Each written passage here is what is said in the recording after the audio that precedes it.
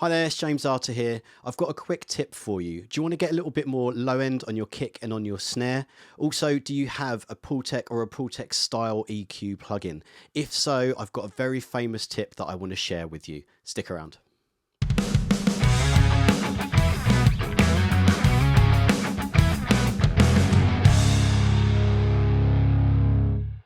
Before we get started, please do that thing that we all know and love. Hit the subscribe and notification bell at the bottom and you'll get notified of any upcoming videos. Also, if you sign up to the mailing list, I'll send you some free stuff. Hooray!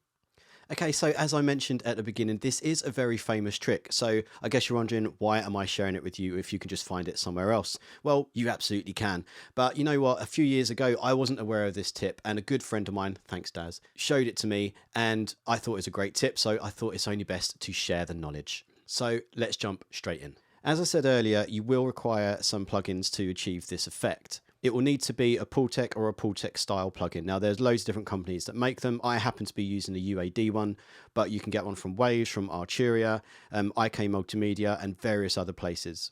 Also, right afterwards, I'll show you how to do it with Slate plugins too. Let's start with a kick.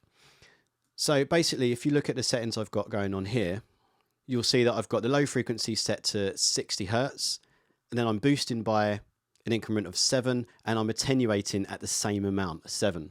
Now, of course, this does seem counterintuitive because on first glance, it looks like you're boosting and then cutting the same frequency, so you're just going to level it out and get to 0. But because of the way these plugins work, or rather this EQ works, it actually doesn't quite do that. The frequency curve on the boost is slightly different to the frequency curve on the attenuation. So if I'm correct in thinking, I believe the boost is more of a shelf and the attenuation is just more of a dip. So essentially the boost gives you the low end and then the attenuation takes out some of the mud, which is fantastic.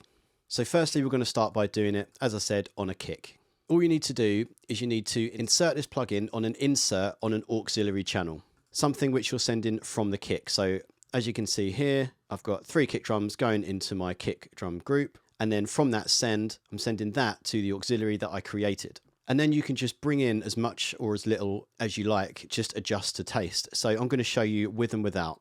This is it without. Now with.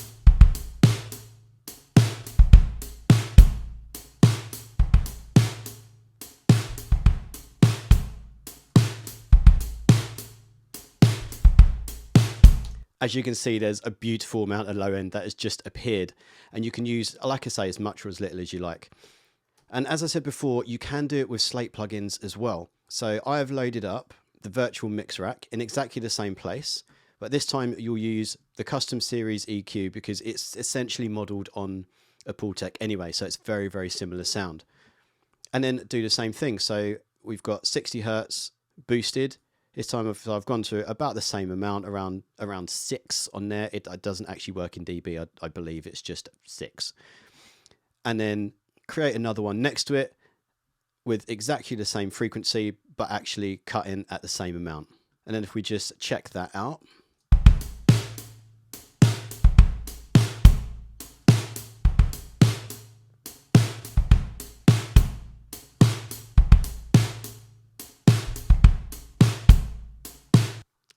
And there you go. Now, conveniently, you can do a very similar thing with the snare.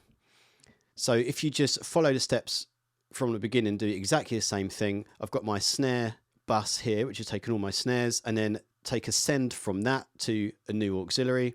On that auxiliary, insert the EQ plugin. This time we want to do exactly the same, boosting and cutting, but at 100 Hertz. Now I'm just going to show you a quick before and after of that.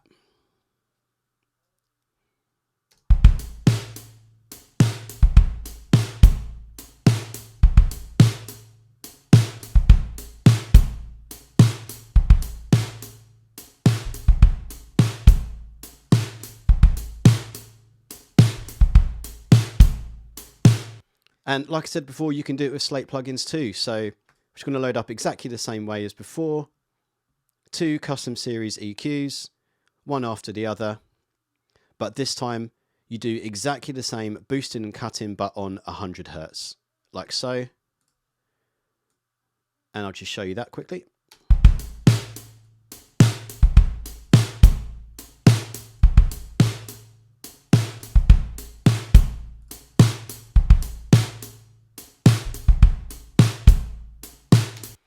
And there you go. I hope that quick tip was of use to you. Try it out and see what you think. Maybe leave something in a comment so I can see how you got on. Also, are there other instruments that you've tried it on yourself that you find work really well? At the moment, I mainly use it on kick and snare, but you can use it on bass guitar. You can use it on various other things. So why not leave a comment below and we'll talk about what you do.